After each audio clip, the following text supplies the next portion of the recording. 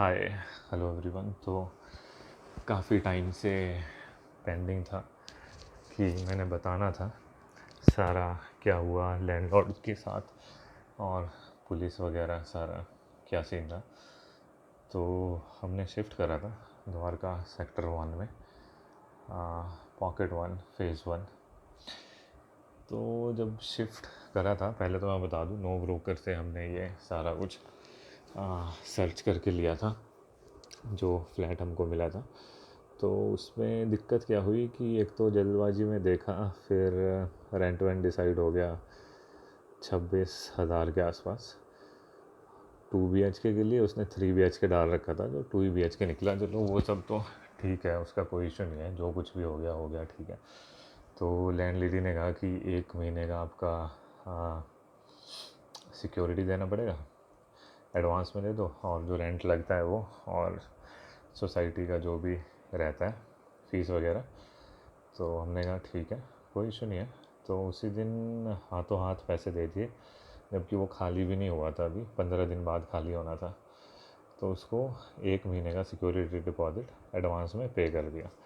उसके बाद फिर उसने एग्रीमेंट वगैरह बनवाया सारा कुछ। हमने कहा ठीक है, ये भी ठीक है।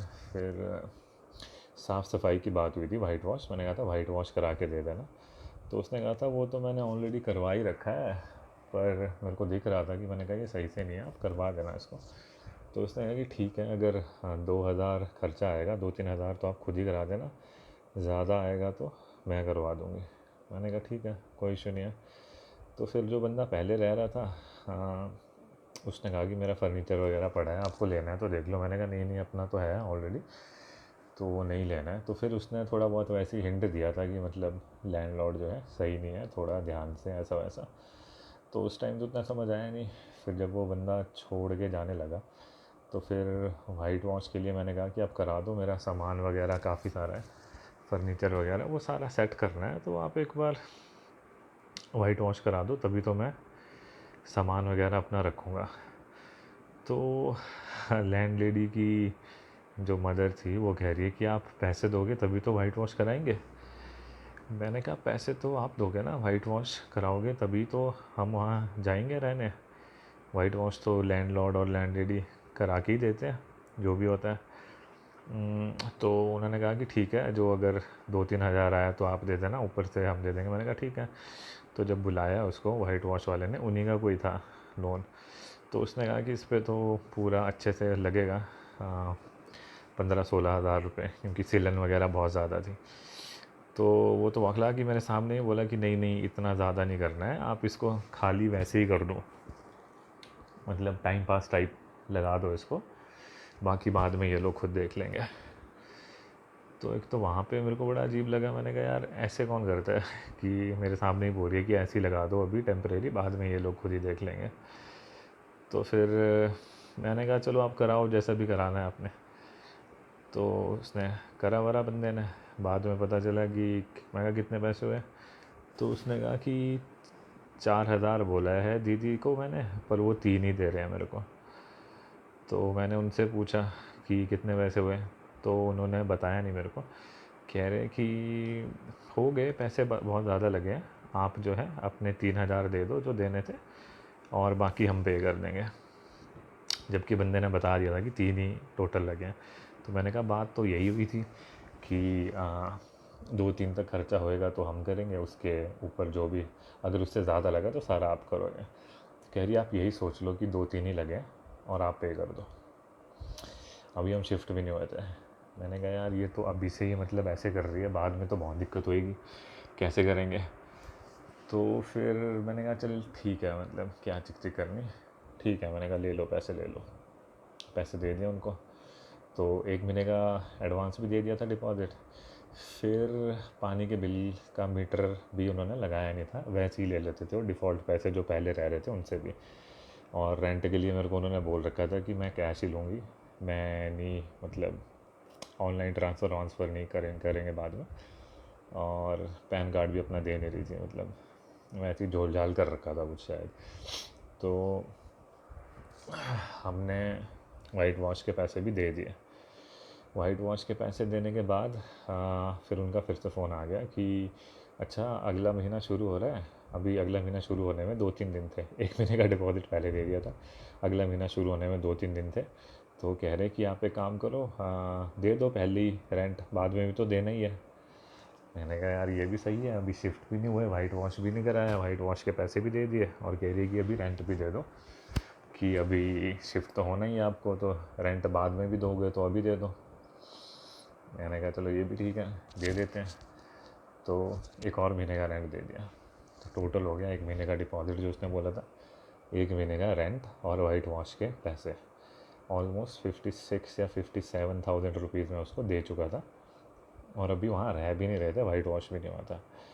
फिर उसने वाइट वॉश वगैरह करवाया, वैसे ही लिपा पोती वाला ही काम था।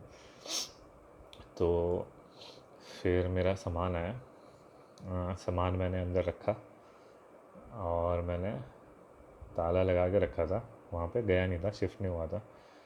तो फिर उसका फ़ोन आया फिर से कि आप रहने चले गए। मैंने कहा हाँ अभी मैंने वो करके रखा है, सामान बाद में चला जाऊँगा थोड़े दिन में। फिर उसका मैसेज आया कि आप ना 1 महीने का डिपॉज़िट और दो। मैंने कहा क्यों, 1 महीने का डिपॉज़िट और क्यों देंगे? 1 महीने के डिपॉज़िट की बात हुई थी, 1 महीने के रेंट की बात हुई थी, वो मैंने आपको पे कर दिया है, सामान मैंने थोड़ा बहुत रख दिया, बाकी मेरा आएगा, उसके बाद मैं रहूँगा। तो कह रही कि नहीं नहीं मैंने 2 महीने की बात करी थी। मैंने कहा आप अग्रीमेंट पढ़ लो, अग्रीमेंट पे साइन है, आपके हैं, मेरे हैं, आपके लॉयर ने भी पढ़ा है, तभी तो अग्रीमेंट बना है। तो फिर कह रहे नहीं नहीं अग्रीमेंट में तो गलती होगी होगी। ऐसे कैसे गलती होती है भाई, गलती होगी होगी, आपने पढ़ा सही से, आपका नॉन वकील है, कोई रिश्तेदार था उनका वकील जो था, तो गलती का तो मतलब नहीं है। तो फिर वो वैसे ही उधर से ही उन्होंने शुरू कर दी दिक्कतें करना, अभी शिफ्ट भी नहीं हुए थे, रह नहीं रहे थे। तो मैंने कहा यार ये तो कल को बहुत ज़्यादा दिक्कतें करेंगी ऐसे ही। वो पानी के मीटर के लिए भी कह रही थी कि आप खुद ही लगवा लो, वहाँ पे आपको जाना पड़ेगा सेक्टर 5, तभी मीटर लगेगा, तभी आपका जो दिल्ली में मतलब आपको थोड़ा पानी फ्री मिलता है ना, वो सब फैसिलिटी मिलेगी, नहीं तो 15,000 आपको देना पड़ेगा। तो वही सब मैंने कहा ये तो बहुत दिक्कत करेगी। तो नोटिस जो था, जो रेंट एग्रीमेंट था, उसमें क्लॉज था कि अगर लैंडलॉर्ड हमसे परेशान है, हमें निकालेगा तो 1 महीने का नोटिस देगा, और अगर हम निकलना चाहते हैं तो 2 महीने पहले बता देंगे। तो मैं ऑलरेडी 57,000 के आसपास दे चुका था। मैंने कहा यार यहाँ तो बहुत ही ये चिक चिक कर रहे हैं अभी से, बाद में पता नहीं क्या ही करेंगे। हाँ तो अड़गी कि नहीं मेरे को तो चाहिए डिपॉज़िट, और आप 11 महीने का भी पहले ही दे दो, अभी सारा जो भी बचता है आप मेरे को कैंसिल चेक दे दो 11 महीने का भी, और 1 महीने का डिपॉज़िट दो। मैंने कहा यार ये तो सही ज़बरदस्ती है, गलत फंस गए। तो मैंने उनको कहा कि देखो मैंने आपको 2 महीने के पैसे दे दिए, मैं आपको अभी से ही नोटिस दे रहा हूँ कि मेरे को नहीं रहना आपके घर पे। 2 महीने का आपने रेंट एग्रीमेंट में लिखा है, तो मैं आपके घर पे नहीं रहूँगा, और ये मेरा नोटिस है, 2 महीने में मैं अपना सामान उठाऊँगा और चला जाऊँगा। सिंपल सा हिसाब किताब, मतलब मैं रहूँगा भी नहीं उधर, मेरा सामान पड़ा है, उसको आप वैसे ही रहने दो, 2 महीने बाद मैं छोड़ दूँगा आपका। 2 महीने के पैसे दिए, ख़त्म हिसाब किताब। बस उसको पता नहीं क्या हुआ कि कह रही है कि अभी आओ रात को 8 बजे, RWA के जो हैं प्रेसिडेंट, उनसे मीटिंग करो, ऐसे नहीं, ये नहीं, वो नहीं, मेरे को दो आप 11 महीने के, और ये ऐसे कैसे कर दोगे खाली। तो उसने क्या करा, रात को 8 बज गए थे, 8-9, मैंने कहा अभी तो नहीं आऊँगा मैं इतनी रात को, आप कल आ जाते हैं, कल बात कर लेते हैं। तो उसने क्या करा, बाहर उनका एक की होल वाला ताला था, मुझे नहीं पता था उसकी चाबी भी है, तो उसने वहाँ पे लॉक कर दिया मेरा सामान अंदर ही सारा कुछ। तो फिर मैं नेक्स्ट डे गया, हाँ मैंने कहा चलो मिल लेते हैं RWA के प्रेसिडेंट से भी सब। तो मैंने सोचा चलो सामान देखता हूँ अपना, तो खुले ना, लॉक ना खुले, तो वहाँ पे ताला लगा हुआ था बाहर से। मैंने फ़ोन करा RWA के प्रेसिडेंट को, मैंने कहा ऐसे ऐसे वो लॉक लगा के चले गए, आप प्लीज़ इसको खुलवाओ।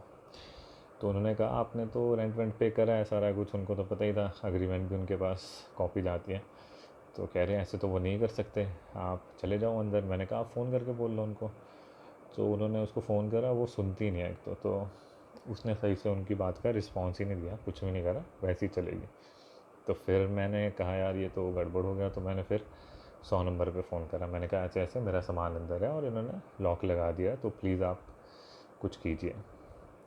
तो उनके ऑलरेडी नोन थे, मतलब पुलिस में भी, और वकील उनका है कोई रिश्तेदार, तो पहले से ही वो ऐसे ही करते आई है। बाद में पता चला था जो मेरे से पहले रह रहे थे वो भी परेशान थे, जो उनसे पहले एक लड़की रह रही थी बेचारी, उसका भी ऐसी ताला लगा के चले गई थी, उसकी सिक्योरिटी मनी आज तक नहीं दिया इसने। तो पुलिस के पास गया, तो पुलिस ने तो कोई हेल्प नहीं करी, कह रही कि ये हमारा मैटर ही नहीं है, आप आपस में देख लो जो भी करना है, इसमें हम क्या करेंगे, तो सिविल केस है। तो वो सुनने को ही तैयार नहीं। तो मैं समझ गया। फिर रात को वहाँ पे जो पुलिस स्टेशन में चौकी इंचार्ज होते हैं, मैंने उनको बोला, मैंने कहा ऐसे ऐसे है, आप प्लीज़ मेरी हेल्प करो, तो हमारी सारी फैमिली है, ऐसे इतने पैसे भी दे रही हैं, तो कुछ तो करो। तो वो सुनने को ही तैयार नहीं कि नहीं नहीं, वो लड़की आई थी मेरे पास, वो तो कह रही है कि आपने उसके पैसे नहीं दिए, ये वो ढिमका फलाना। मैंने कहा ये तो सही फंस गए। तो फिर से मैं सेक्रेटरी के पास गया और सोसाइटी में, मैंने कहा ये बहुत प्रॉब्लम हो रही है, तो प्लीज़ आप कुछ करो उसका। तो लकीली एक पुराना फ्रेंड था, उसको फ़ोन करा, तो उसके कोई नोन थे पुलिस में, एसएचओ सेक्टर 9 में। तो वहाँ पे गया।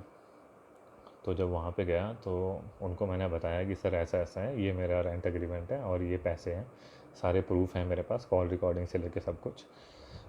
तो फिर उन्होंने एसएचओ को चौकी इंचार्ज को फ़ोन करा कि एक बार बात तो सुन लो इनकी, क्या बोल रहे हैं।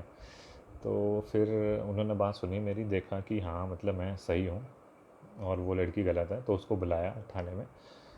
पर वो आई नहीं, वो कभी आती नहीं थी, कभी फ़ोन नहीं उठाती थी। तो फिर बाद में उसने किसी के थ्रू चाबी भिजवा दी मेरे को कि ठीक है तुम रह लो, और 1 महीने बाद रहने के खाली कर देना।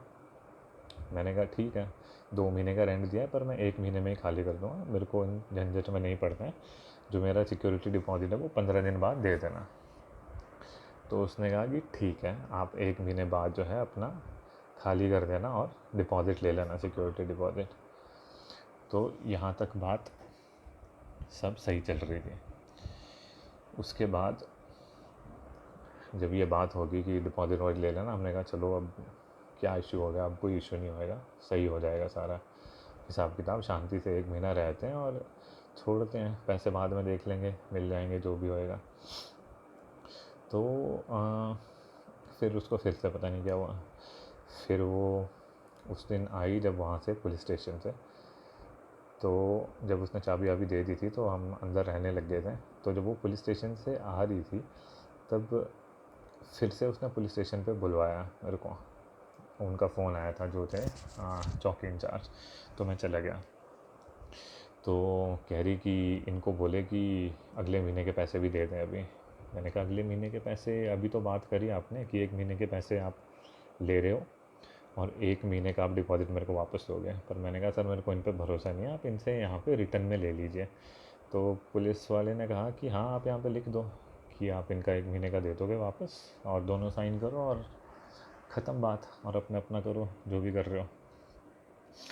तो वो लड़की कहती है कि नहीं, इनको बोले कि 1 महीने का एक्स्ट्रा दे, वरना मेरे पास अगर कुछ तोड़ फोड़ होएगी तो क्या रह जाएगा। मैं बोल रहा था 1 महीने का तो डिपॉजिट है ही ना आपके पास, वो रहेगा उससे काट लेना जो भी होएगा। तो वहाँ पे भी काफ़ी बहस बसाई हो गई थी। तो पुलिस वाले कह रहे थे कि या तो इनको 2 महीने रहने दो, जब 2 महीने का इन्होंने पे करा है तो रहने दो इनको, और 2 महीने बाद ये खाली कर देंगे। जो तोड़ फोड़ होएगी मैं इनसे लिखवा देता हूँ कि ये उसका सारा पैसा भरेंगे। मैंने कहा ठीक है, या तो ऐसे कर लो जैसे भी आपको ठीक लगे। तो फिर वो कहने लगी कि नहीं ऐसे कैसे कोई 1 महीने के लिए देगा रेंट पे। तो वहाँ से हबड़ा दबड़ी में उन्हीं को बोल दिया जो पुलिस वाले थे चौकी इंचार्ज की, आप तो इनकी साइड ले रहे हो, आप मेरी सुन ही नहीं रहे हो, और चलेगी वहाँ से। मैं भी आ गया घर। तो मुझे नहीं पता था कि बाद में क्या होने वाला है। तो जब मैं घर आया तो उसने नीचे से सारी लाइट्स ऑफ़ कर दी, जो मेन स्विच था वो ऑफ़ कर दी और वहाँ से भाग गई। तो मैंने वीडियोस भी डाले हैं पहले भी उसके भागते हुए। तो जब वो भागी तो घर पे लाइट नहीं थी, तो मुझे लगा कि पक्का वो कुछ करके गया। तो मैंने फिर नीचे से लाइट ऑन कर दी, मैंने बड़ी जल्दी लाइट ऑन कर दी। तो उसने देख लिया कि लाइट ऑन कर दिया इसने, फिर से वो फिर से वापस आई। उसने क्या करा, हम अंदर रह रहे थे, उसने बाहर से लॉक कर लगा दिया, ताला लगा दिया, कोई नया ही ताला लेके आई थी अपने साथ, लॉक लगाया और फिर लाइट बंद करके गई। मतलब इतना ऐसी हरकतें कर रही थी। तो फिर जब वो गई वापस वहाँ से, तब भी हमने उसको देख लिया, वीडियो बना लिया था उसका, पुलिस को भी फ़ोन करा था। तो फिर पुलिस भी आई थी। जब पुलिस आई वहाँ पे अंदर और देख रही थी कि हाँ ये तो ताला अंधेरा है, मैंने कहा सर ये लाइट भी बंद करके दी है, ताला भी लगा रखा है। हाँ, तो वो लॉक लूक लगा के चले गए। पुलिस को फ़ोन करा, पुलिस आई। हाँ, पुलिस को बोला कि लाइट ऑफ है। फिर सोसाइटी के भी सारे मेंबर वगैरह आ गए कि क्या चल रहा है, क्योंकि बहुत हल्ला हो गया था, रात का टाइम था, पुलिस की गाड़ी वाड़ी का सायरन और सारा कुछ। तो फिर जो जनरल सेक्रेटरी थे उनको मैंने बताया नीचे से एक स्विच होएगा एमसीबी का, उसको ऑन कर दो तो एटलीस्ट लाइट तो आ जाएगी घर पे। तो वो जलाया। फिर सब ने मिल के ताला तोड़ने की कोशिश करी, वो ताला टूट ही नहीं रहा था, पता नहीं कहाँ से लेके आई थी। तो फिर उसका कुंडा जो होता है वही टूट गया, तो लकीली गेट खुल गया। तो हमने कहा चलो सॉर्ट हो गया, कोई नहीं। तो अंदर आ गए। तो फिर पुलिस के जो थे थाना इंचार्ज वो भी आ गए वहाँ पे कि अब ये तो ज़्यादा ही हो रहा है, फैमिली अंदर है, बाहर से बंद करके जो है लैंड लेडी ताला लगा के चलेगी लाइट ऑफ करके, जो कि इलीगल है, ऐसा कोई भी नहीं कर सकता। और हम तो मतलब लीगली रह रहे थे, सारा कुछ पैसा वैसा दे के। तो फिर उन्होंने कहा कि आप एफआईआर कीजिए। तो 2 पुलिस वाले उधर ही थे, कांस्टेबल, रात भर 11-12 बज गए थे उस टाइम पे। तो उन्होंने लिखा एफआईआर वगैरह, हमने साइन वाइन करा। तो उन्होंने कहा कि हम ना एक और कॉपी बनानी पड़ेगी, तो आप सुबह आ जाना पुलिस स्टेशन में, सेक्टर 1 के ही। मैंने कहा ठीक है चलो आ जाएंगे सुबह। फिर उनका कोई फ़ोन ही नहीं आया सुबह। मैंने कहा पता नहीं क्या है। तो फिर मैं गया वहाँ पे। तो मैंने कहा कि सर रात को आप ऐसे ऐसे आए थे। तो कह रहे कि यार सर का फ़ोन आया था कि छोड़ो रहने दो, वो पुलिस स्टेशन आई थी आपकी लैंड लेडी रात को, वो उसने वीमेन हेल्पलाइन पे फ़ोन करा रहेगा। तो वो आई थी और रो रही थी कि नहीं गलती होगी, ऐसे नहीं करूँगी, तो सब ठीक है, तो प्लीज़ आप एफआईआर मत कीजिए। तो उन्होंने मेरे को बोला कि आप देख लो क्या करना है आपको। हमने करा नहीं क्योंकि वो आई थी और एसएचओ साहब ने बोला था कि चलो एक बार पूछ लो उनसे कि अगर ना करें तो ठीक रहेगा, मतलब सबको ट्रबल ही होएगा। तो मैं फिर भी मान गया। मैंने कहा चलो छोड़ो यार, क्या पढ़ना इन चक्करों में। मैंने कहा ठीक है तो मत करिए, अगर आपको लग रहा है कि मतलब अब ठीक है, वो रो रही थी कि नहीं ये मत करो, तो मैंने कहा ठीक है कोई बात नहीं, तो छोड़ो, ठीक है। तो हम वैसे ही फिर नॉर्मल चला कुछ दिन तक। फिर टाइम आने लग गया तो बात हो गई थी कि 1 महीने में छोड़ देंगे, 1 महीने का डिपॉज़िट आप वापस कर दोगे, ये बात हो गई थी क्लियर। तो मंथ एंड होने वाला था, उनका कोई मैसेज नहीं आ रहा, कोई फ़ोन नहीं आ रहा कि क्या है, वो पैसे देंगे या क्या करेंगे। तो अपने को भी कोई आइडिया नहीं है।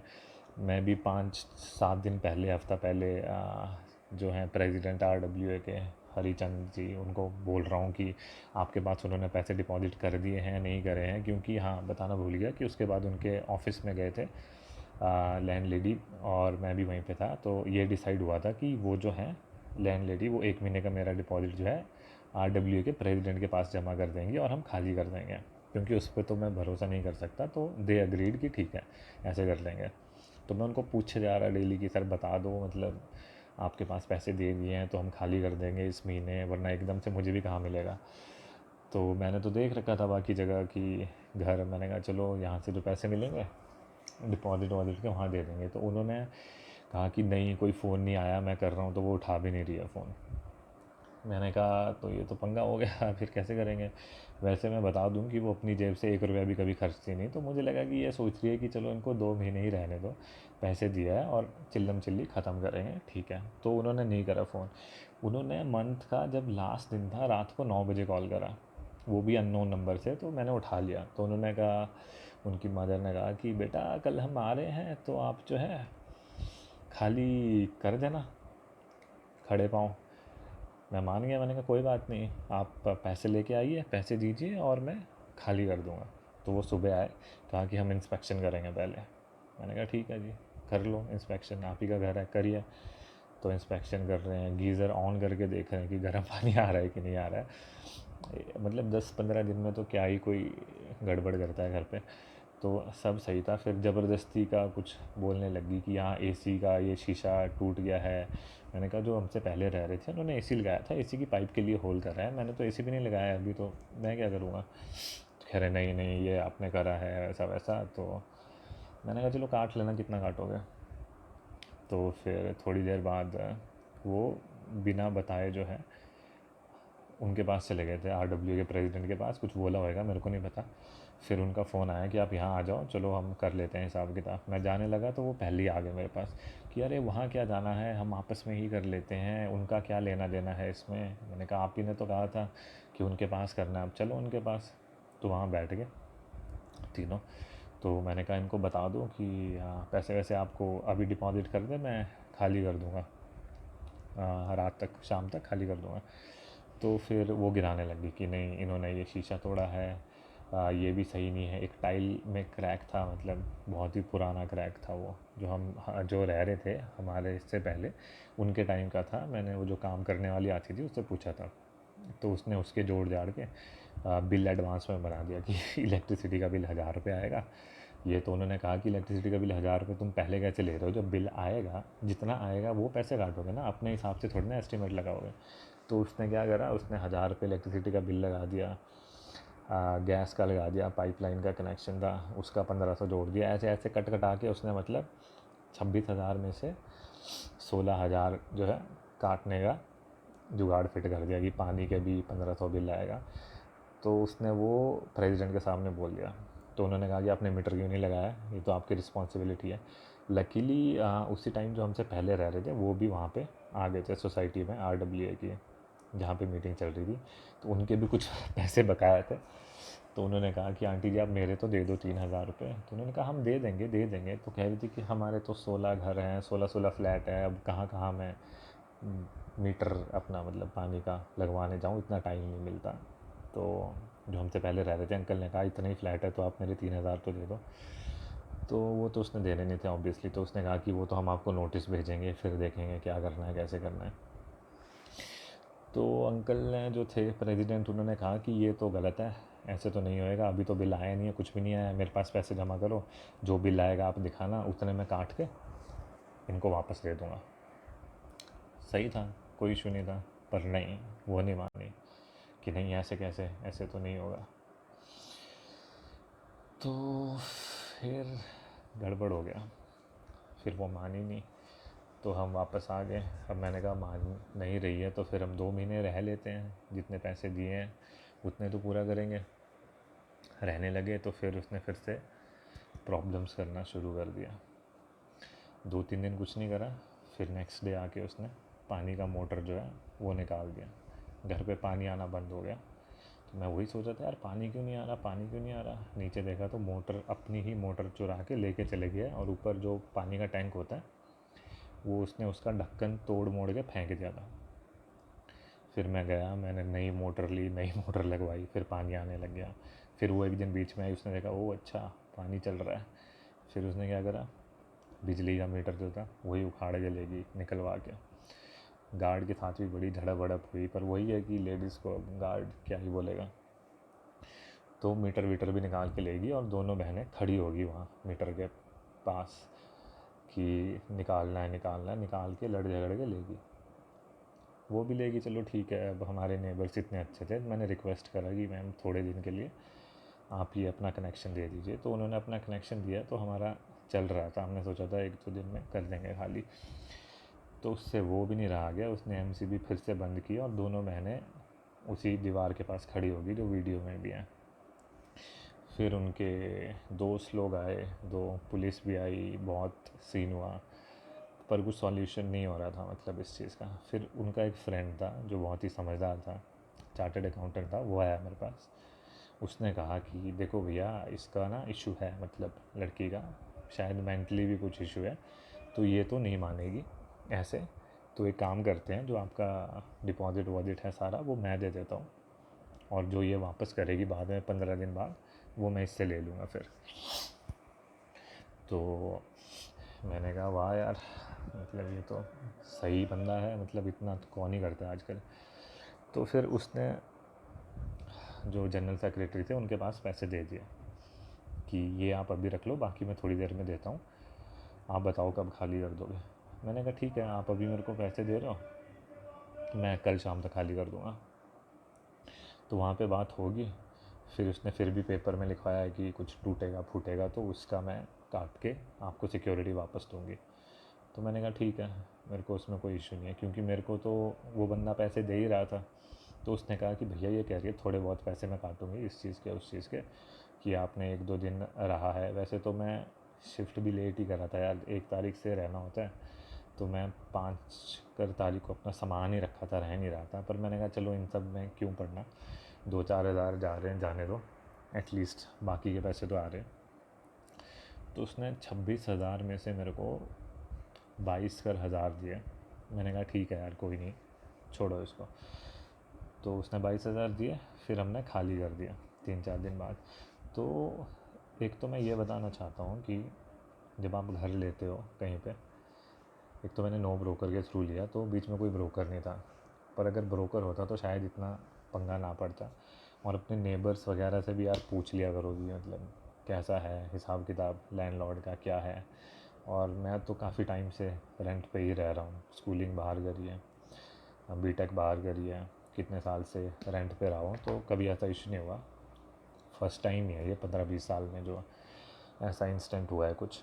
तो उससे लर्निंग यही मिली है कि आसपास पूछ लिया करो पहले क्या है क्या नहीं है। और इतना परेशान तो कोई नहीं करता। अगर उसके हस्बैंड होते या कोई और होता, बोलती है वो बेंगलोर में रहते हैं, पर आस पड़ोस के लोग कहते हैं कि नहीं शादी नहीं की है, पता नहीं जो भी सीन है, उसमें क्यों पढ़ना। पर अगर हाँ कोई बंदा होता तो मुझे नहीं लगता कि वो इतना स्ट्रेच करता, चीज़ों को समझता, क्योंकि हम कुछ भी इलीगल या वैसा कुछ नहीं कर रहे थे, सब जस्टिफाइड था, जेन्युइन था। पर उसने बहुत परेशान करा। पानी की मोटर लेगी अपने निकाल के, बिजली का वो लेगी, बंद करके चलेगी। और मैंने तो सिर्फ इसीलिए एफआईआर नहीं करवाई थी पक्की, कि चलो लेडी है कहाँ भटकती फिरेगी इधर उधर। फिर उसके दोस्त ने बताया कि उसको मेंटली भी है इशू और इगोस्टिक है बहुत ज़्यादा, तो नहीं हो पाएगा। तो सबसे बेस्ट थैंक्स बोलना चाहता हूँ उसके फ्रेंड को फिर से, कि उसकी वजह से ये सारा कुछ हुआ। तो मुझे लगा अब सब ख़त्म हो गया है, तो अब कोई इशू नहीं है, अब टेंशन लेने की ज़रूरत नहीं है। पर नहीं पर अभी भी उसको शांति नहीं है। तो वो क्या करती है कि हमारी फैमिली में जो जो भी वर्किंग है, उनके मैनेजर्स के नंबर निकाल के कहीं से उनको मेल कर रही है कि हमने उनके साथ फ्रॉड करा है। तो मतलब शांति है ही नहीं कि मतलब क्या करूं कैसे करूं। अब क्या बोल सकते हैं। अब पुलिस वालों को भी सबको पता ही था कि कौन गलत है कौन नहीं है, पर उनके हाथ भी बंधे होते हैं जब लेडीज़ की बात आती है। और वो वही कह रहे थे कि यार ये तो अदर वे राउंड होता है, कि मतलब जो किराएदार होता है वो खाली नहीं कर रहा होता, और मकान मालिक चक्कर काट रहा होता है कि खाली करा दो। मैंने कहा बस कलयुग है तो उल्टा ही चल रहा है, हम कह रहे हैं कि हमको छुड़वा दो इनसे। तो मैं ये बोलूँगा कि जब एंड में इतना सीन बढ़ गया था, मीटर वीटर निकाल लिया सब, तब मैंने पुलिस को फ़ोन करा, एसएचओ को फ़ोन करा। भाई साहब उस टाइम किसी ने हेल्प नहीं करी। पहले एक बार करी हेल्प, क्या करी मतलब फ़ोन करके बोल दिया, चलो उतना ही काफ़ी था। तो उन्होंने बाद में बोला था कि यार करा दो पुलिस वालों ने। तो देखो कि तब कुछ कर पाएंगे या नहीं करेंगे।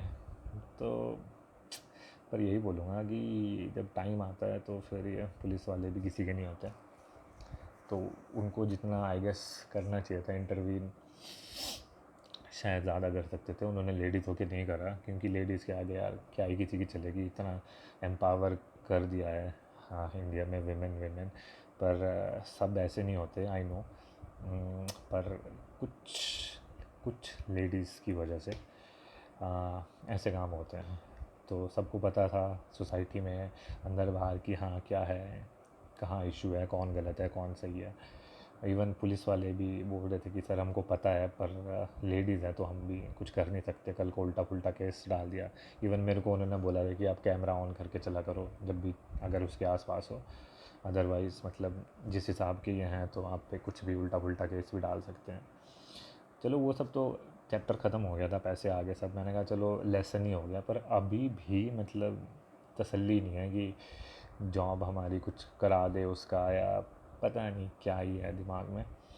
तो अभी तक तो यही है कि छुटकारा तो मिल गया है, पर अभी भी वो पीछे पड़ी है कि हम मैनेजर को मेल करके कि इन्होंने हमारे साथ फ्रॉड करा, आपकी कंपनी की रेपुटेशन ख़राब कर रहे हैं, ऐसा कर रहे हैं, वैसा कर रहे हैं।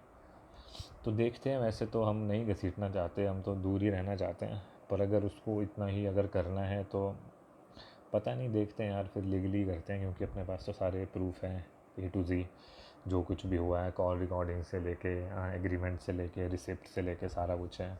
अगर वे कोर्ट पर तक गया मामला, फिर तो उनका अच्छा खासा बैंड बच जाएगा। और सोसाइटी वाले ने भी यार उतना, मतलब सब ने हेल्प नहीं करा, सब पैसे खाने के चक्कर में ही थे कि यार पार्टी करा देना, हम कर लेंगे, देख लेंगे। तो हर जगह वही है कि बंदे देखते हैं कि फंसा हुआ है बंदा, मजबूरी में है, तो कैसे यूज़ करें या कैसे फ़ायदा उठाएं। तो हर कोई वैसे ही था कि हाँ मैं करा देता हूँ, एक पार्टी करा देना, इतने पैसे कर देना, ये कर देना, ढिमका फलाना। तो मॉरल ऑफ़ द स्टोरी कि यार जब भी लो, या तो ब्रोकर को इन्वॉल्व कर लो, आई गेस उनकी रिस्पॉन्सिबिलिटी रहेगी, या आस पड़ोस में पूछ लो पहले क्या है क्या नहीं है। और मैंने कैमरा भी इंस्टॉल कर दिया था, तो वीडियो फुटेज वगैरह सब कुछ है, तो अगर कुछ कोर्ट का सीन बना तो बता दूंगा। वैसे अभी शांति है लकीली, तो कोई इशू नहीं है। तो ठीक है, वीडियो बहुत लंबा हो गया है, तो बाय बाय। बाकी दूसरे कुछ वीडियो डालते हैं यार, इस मैटर को ख़त्म करते हैं। अगर इन फ्यूचर में इसने फिर कुछ करी हरकतें कि मुझे लीगली कोर्ट जाना पड़ेगा, तो मैं फिर बताऊंगा। शायद हमारा तो वैसे है नहीं विचार ये सब करने का, पर अगर करा तो पीछे भी नहीं हटेंगे, अब अपने हक के लिए तो लड़ना पड़ेगा ना, तो करेंगे। चलो bye bye, see you. Video बहुत लंबा हो गया, थैंक यू।